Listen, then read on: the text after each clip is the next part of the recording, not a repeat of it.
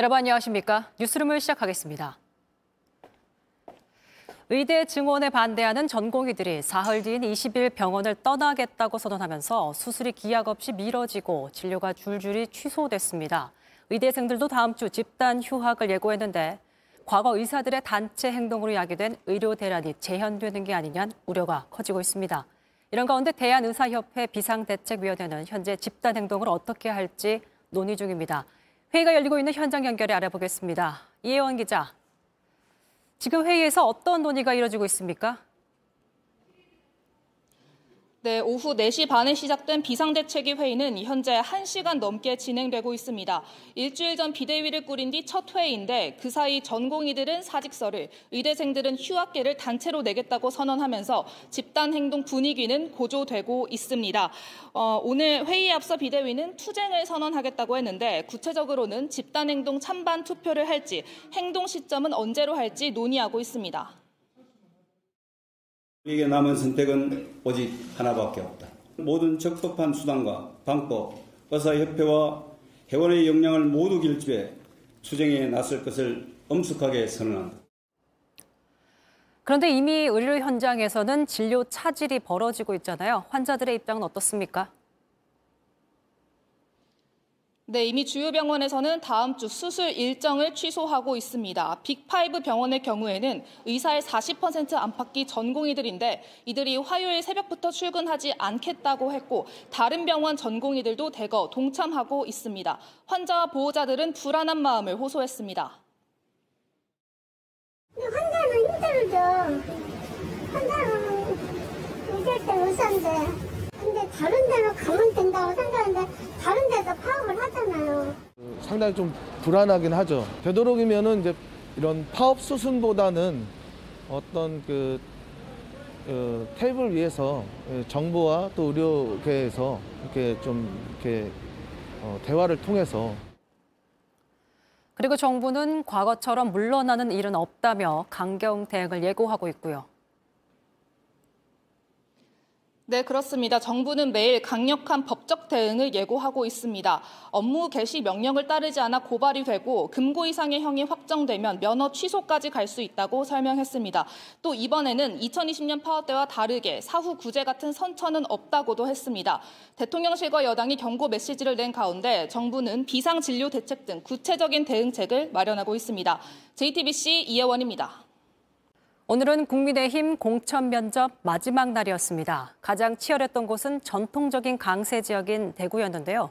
현역 의원에겐 압박 질문이 이어졌고 상대 후보를 파렴치범이라고까지 부르는 등 날선 공방이 이어졌습니다. 정재윤 기자입니다. 국민의힘 공천 면접장으로 후보들이 들어옵니다. 긴장한 듯한 후보들이 심사위원들 앞에 차례로 앉습니다. 국민의힘 공천 면접 마지막 날인 오늘 텃밭 대구 지역에 대한 심사도 진행됐습니다. 경쟁자가 많은 지역이다 보니 상대 후보에 대한 날선 지적도 나옵니다. 음주운전 뺑소니, 도주 차량, 그다음에 선거 범죄 이런 게 파렴치범입니다. 그 파렴치범 후보들하고 같이 겨루고 있는데. 대구 동구을에선 지역구 현역인 강대식 의원과 비례대표인 조명희 의원, 이재만 전 동구청장 등이 경쟁 중인데 조 의원이 면접장에서 음주운전 이력이 있는 강 의원을 저격한 발언을 했다는 겁니다. 압박 질문도 나왔습니다. 저희에 대해서는 대구 경북 의원들이 상대적으로 존재감이 없다고 비판받는데 어떻게 생각하느냐. 대구 달서갑 현역인 홍석준 의원은 박근혜 전 대통령의 최측근인 유영아 변호사와 경쟁합니다. 아무 말씀 없으시면 그냥 열심히 하시라 정도 말씀이 있었겠죠. 오늘 면접은 대구 지역뿐 아니라 강원, 울산, 부산 지역구 예비 후보들을 대상으로도 진행됐습니다. 현역 박성민 의원과 정영국 전 청와대 대변인 등이 맞붙은 울산 중구 면접에서는 박 의원의 삼천교육대 전력 등이 도마에 오르기도 했습니다. 또 전날 면접이 진행됐던 대전, 세종, 경북, 경남 지역에 대해 단수공천 후보자, 즉 단일 정식 후보들도 결정했습니다. 대전 유성을엔 더불어민주당을 탈당해 당적을 옮긴 이상민, 경남엔 친윤계 윤한홍, 박대출 의원 등 총 12명이 발표됐는데 이 중 11명이 현역 의원입니다. 국민의힘은 다음 주 초쯤이면 공천과 관련한 대체적인 큰 틀이 형성될 걸로 보고 있다고 밝혔습니다. JTBC 정재윤입니다. 얼마 전 조국 전 법무부 장관이 신당을 만들겠다고 하자 민주당은 선거연합은 없다며 선을 그었죠. 국민의힘 역시 유형아 변호사 등 국정농단을 떠올리게 하는 인사들이 부담스러운 상황입니다. 중도층이 등을 돌릴까 염려되기 때문으로 풀이됩니다. 백브리핑 최종혁 기자입니다. 당당한 원내 제3정당이 됩시다. 윤석열 검찰 독재 정권과 가장 앞서서 싸우는 정당을 만들고자 합니다. 민주당보다 더 진보적인 정당을 만들겠다는 조국 전 장관. 비례대표 선거도 민주당과 연합하라 하시면 그리 노력하겠습니다. 글쎄요, 이 민주당은 그럴 생각이 없는데 이미 선을 그었죠. 조국 신당이 창당되더라도 선거연합의 대상으로 고려하기는 어렵다는 점을 분명히 밝혔습니다. 직설적으로 말하면 선거에 도움이 안 된다 이런 뜻인데요. 여야 정치참견 보고서 백브리퍼 최종혁입니다. 신당 만들고 출마 의지에 비친 조국 전 장관. 저는 이미 수만 개의 화살을 맞은 몸입니다. 상처도 많고 흉터도 깊은 사람입니다. 국민의힘은 집중포화를 퍼부었죠. 징역 2년의 실형을 선고받은 잡범에 불과합니다. 어쩌다 대한민국 국회가 범죄자들의 방탄 벙커가 되었는지. 민주당도 반기지 않습니다. 윤석열 정권 심판을 위해 야권이 뭉쳐야 하지만 조국은 좀 이라는 겁니다. 단합과 연대의 가장 중요한 기준은 역시 우리 국민들의 눈높이라는 생각이 듭니다. 민주당이 정권을 내준 원인 가운데 하나로 꼽히는 소위 조국 사태. 이재명 대표는 지난 대선 때 이미 여러 차례 고개를 숙였습니다. 공정성에 대한 기대를 훼손하고 또 실망시켜드리고 아프게 한 점은 변명의 여지가 없는 잘못입니다. 조국 사태에 대한 좀 공식적인 사과로 좀 받아들여도 되겠습니까? 제가 할 수 있는 범위 내에서는 아주 낮은 자세로 진지하게 사과드립니다. 그랬는데 이번 총선에서 다시 떠오르면 반윤 전선이 흐트러질 수 있다고 판단한 겁니다. 조국 민정수석 보좌관 지낸 황현선 예비후보도 민주당의 현재 조국의 길은 없다. 정치는 현실이라고 했으니까요. 독자적으로 5% 이상 득표하기 상당히 쉽지 않을 거라는 판단이 좀 되어지고요. 본인이 한두석 차지하기 쉽지 않을 것 같다. 대신 민주당 바깥에 있던 일부는 조국 신당으로 향할 가능성 있는데요. 윤석열 전 총장의 무도함과 그 윤석열 사단이 마치 전두환의 하나에 비교될 정도로 윤석열 사단 청산하겠다는 이성윤 전 서울중앙지검장. 민주당과 조국 신당 두고 저울질하고 있다고 하죠. 아무튼 이 민주당의 아픈 손가락이 조국 사태라면 국민의힘은 국정농단 아닐까 싶은데요. 중도층 공략해 수도권에서 승리하겠다는 전략인데 전직 대통령 탄핵 이슈가 슬금슬금 소환되고 있죠.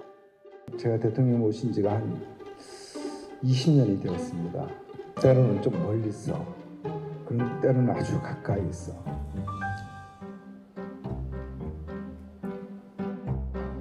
죄송합니다. 목이 자주 메이시는 것 같아요. 유영아 변호사 못지않은 측근으로 청와대 정무수석, 홍보수석 지낸 이정현 전 새누리당 대표도 나왔고요. 초등학교 3학년 때부터 국회의원이 꿈이었었고 지금까지 한 번도 변함이 없었고. 박근혜 전 대통령이 말씀 주신 게 좀 있을까요? 돌아가겠습니다. 사면 복권받긴 했지만 진박 최경환 전 부총리는 뇌물 혐의 유죄 이력으로 당내 공천이 어렵다고 판단해 무소속 출마를 택했죠. 제가 탄핵을 막지 못하고 또 그렇게 처벌 받는 그런 지금까지 이렇게 한 거에 대해서 저는 이 모든 것이 제 책임이다. 이를 바라보는 경쟁자는 달갑지 않습니다. 과거로 회귀하는 것은 발전에 도움이 안 된다. 특히 그 범죄 혐의로 실형을 산 사람까지 나오는 것은 국민들로부터 정치 불신을 더욱더 쌓는 일만 될 뿐이다. 여기에다 민주당은 윤석열 대통령 신년 대담을 두고도 국정농단을 소환했습니다.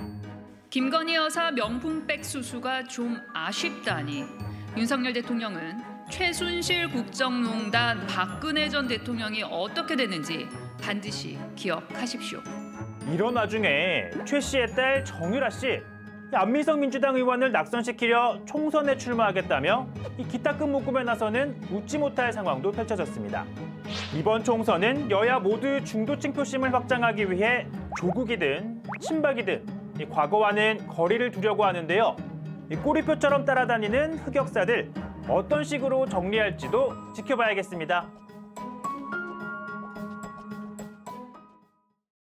러시아 대선을 한 달 앞두고 푸틴 대통령의 최대 정적 나발니가 시베리아 감옥에서 돌연 사망했습니다.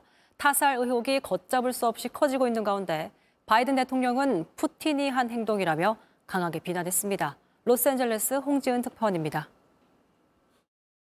러시아 без Путина! 러시아 без Putина! 투옥 중이던 러시아 야권 정치인 나발니의 죽음에 미국에서도 애도가 잇따르고 있습니다. Thanks for compassion and hope. 추모 행렬 속 푸틴은 살인자라는 문구도 눈에 띕니다. 조 바이든 미국 대통령은 일정이 없던 기자회견까지 열며 푸틴 대통령을 맹비난했습니다. We don't know exactly what happened, but there is no doubt that the death of Navalny was the consequence of something that Putin and his thugs did. 유럽 곳곳에서도 추모가 이어졌습니다. 사인이 밝혀지지 않은 가운데 푸틴 책임론과 함께 타살 의혹 가능성도 제기되고 있습니다.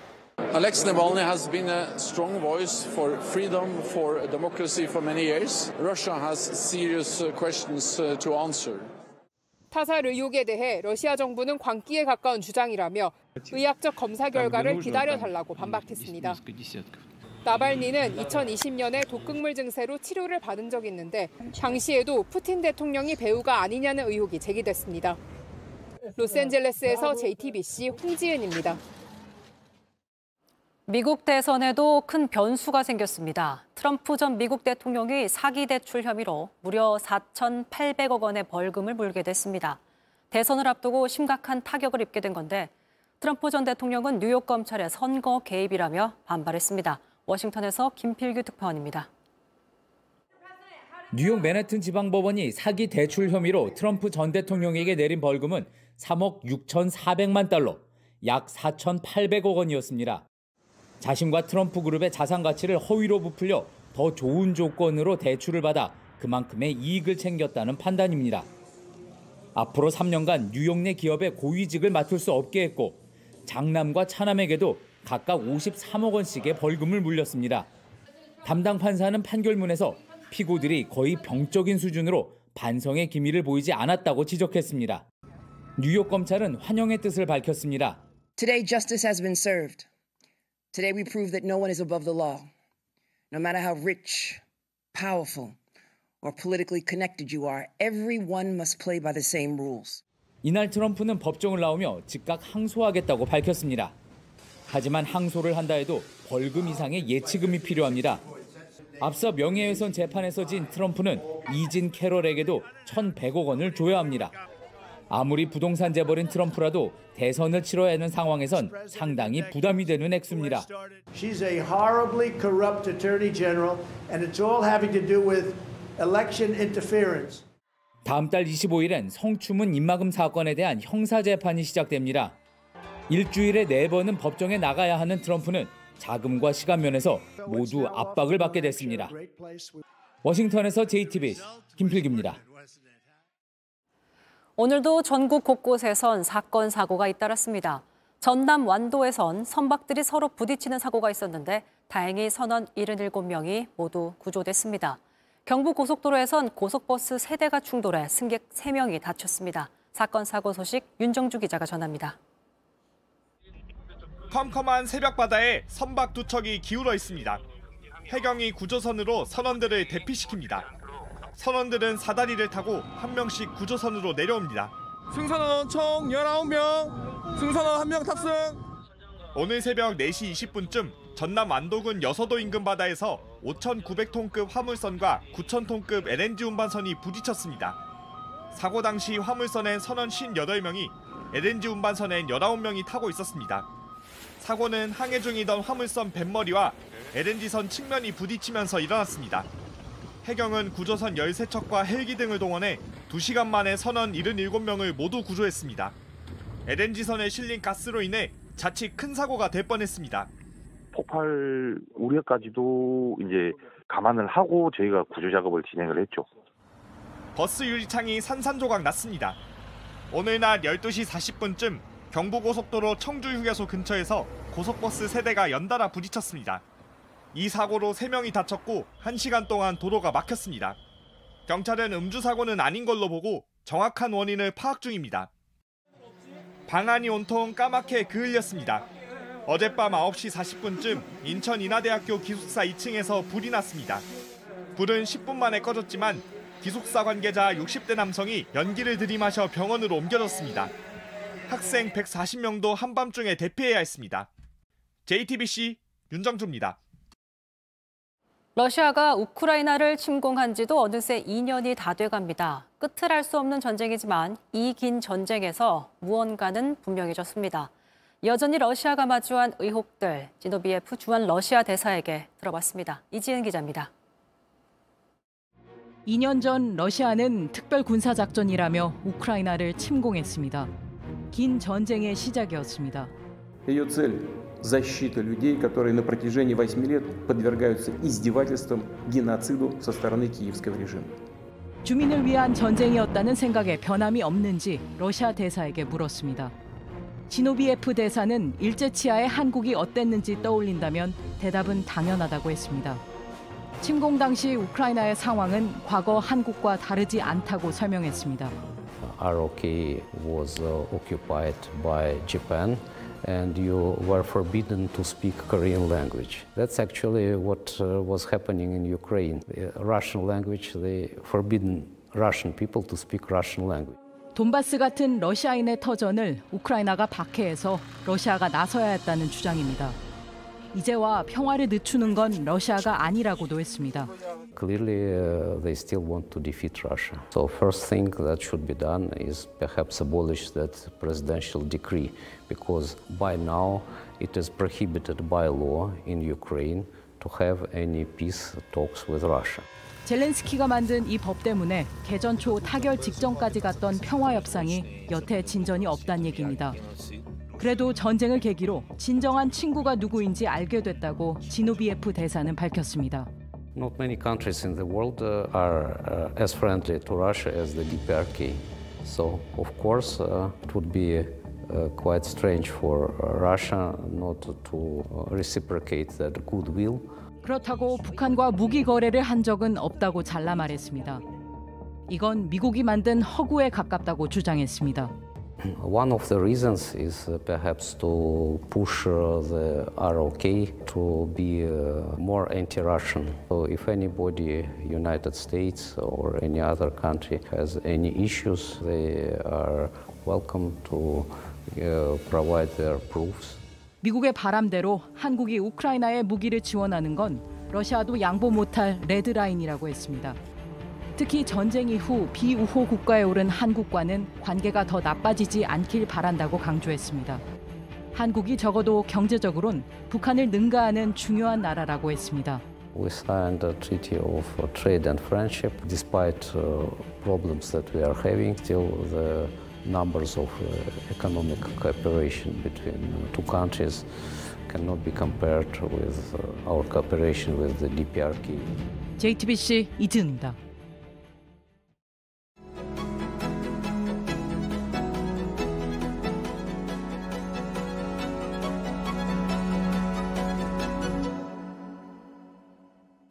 가수에서 배우로 이번엔 할리우드 진출까지 배우 김윤지 씨를 뉴스룸에 모셨습니다. 안녕하세요. 안녕하세요. 반갑습니다. 네.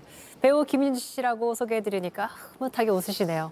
뭔가 아직은 생소한 느낌이 없잖아 있어서 아직까지도 제가 네, 안녕하세요. 배우 김윤지입니다라고 인사를 드릴 때 약간 간질간질하면서 긴장되는 부분이 있어요. 그렇군요. 사실 시청하고 계신 많은 분들께서도 NS 윤지가 더 익숙하신 분들도 아마 있으실 것 같아서 그쵸. 네. 그 이름이 윤지 씨에게도 그래도 좀 의미가 있는 그렇죠. 지금의 제가 있기에 이제 빼놓을 수 없는 제 이름이기도 하고 그 NS 윤지로서 열심히 활동해온 세월이 있기 때문에 지금의 제가 또 있는 거여서 약간 짠하기도 하면서 감사한 이름인 것 같아요.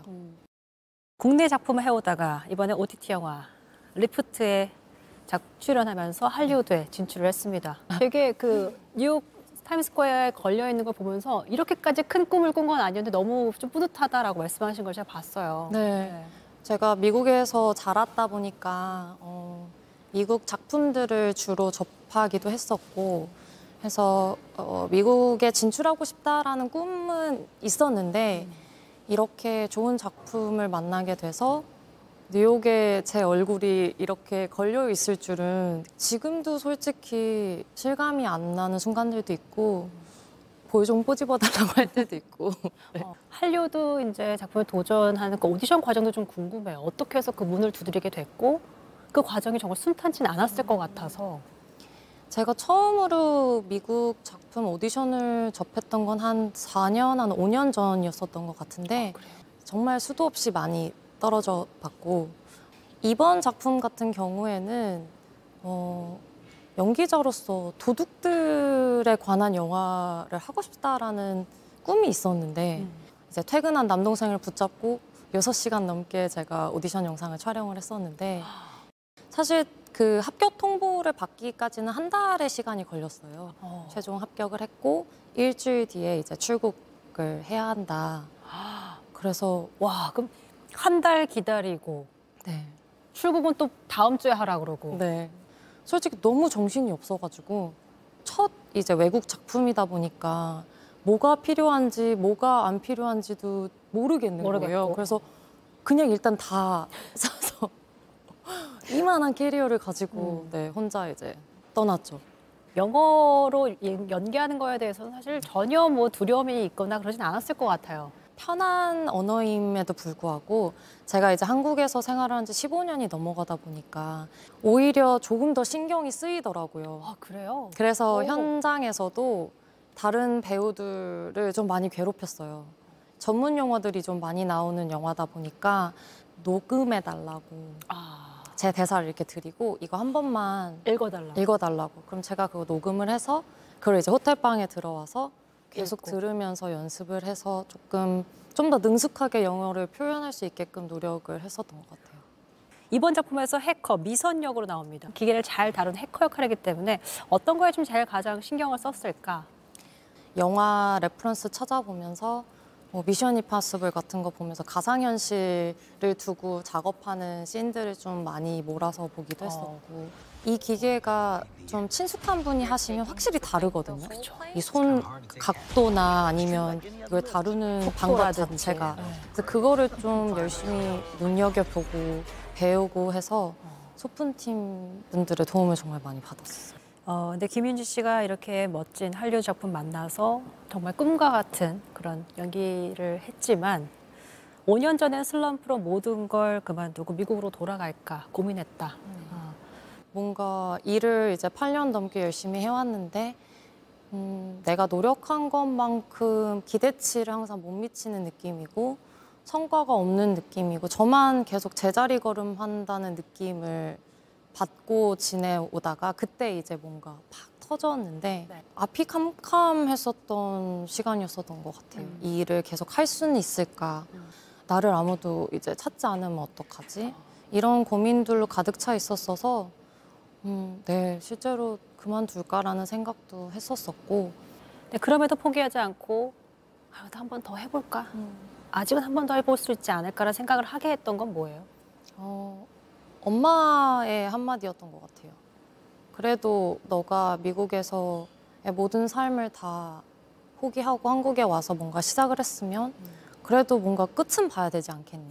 뭔가 하나는 이루어야 되지 않겠니라는 그냥 흘리듯이 엄마가 하셨던 말씀인데 그게 뭔가 제 안에 있던 오기라든지 그런 걸 좀 다시 깨어나게끔 해주신 것 같아서 그때 그래서 제가 열심히 회사를 알아보고 이제 연기자 회사를 들어가게 돼서 이제 갓 20살 된 친구들하고 연기 공부를 열심히 하면서 지냈었어요. 그래서 다시 열정을 좀 끄집어내는 시간을 보내다 보니까 다른 도움 없이 그 시간을 잘 극복할 수 있었고 그때 좀 잘 버텼기 때문에 포기하지 않았기 때문에 또 지금이 있기 때문에 너무 감사하고 엄마한테 너무 감사하죠. 네.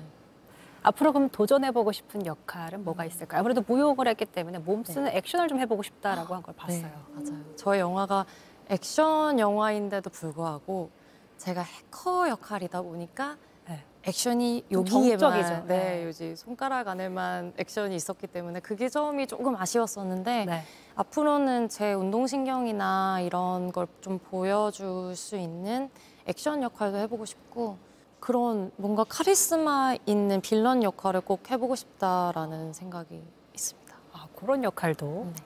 알겠습니다. 앞으로의 바람은 롱런 하는 거다. 뭐 제가 20대 초반부터 이제 일을 시작해서 30대를 이제 훌쩍 넘어가고 있는데 지금까지도 일할 수 있음에 너무 감사하고요. 그리고 앞으로 꾸준히 더 할 수 있다면 제가 좋아하는 일을 할 수 있다면 그런 기회가 주어진다면 그것보다 더 큰 꿈은 없을 것 같다는 생각이 큰 것 같아요. 혹시 또 이제 할리우드 작품을 또 지금도 문 두드리고 있는 상황입니까? 열심히 매일 두드리고 있습니다. 매일 두드리고 있다. 네. 알겠습니다. 그 두드림에 대한 응답을 저희가 뭐 기사를 통해서든지 좋은 소식 만나보길 기대하겠습니다. 네, 앞으로 좋은 모습 많이 보여드리겠습니다. 네, 롱런 하시길 바라겠습니다. 네, 고맙습니다. 감사합니다.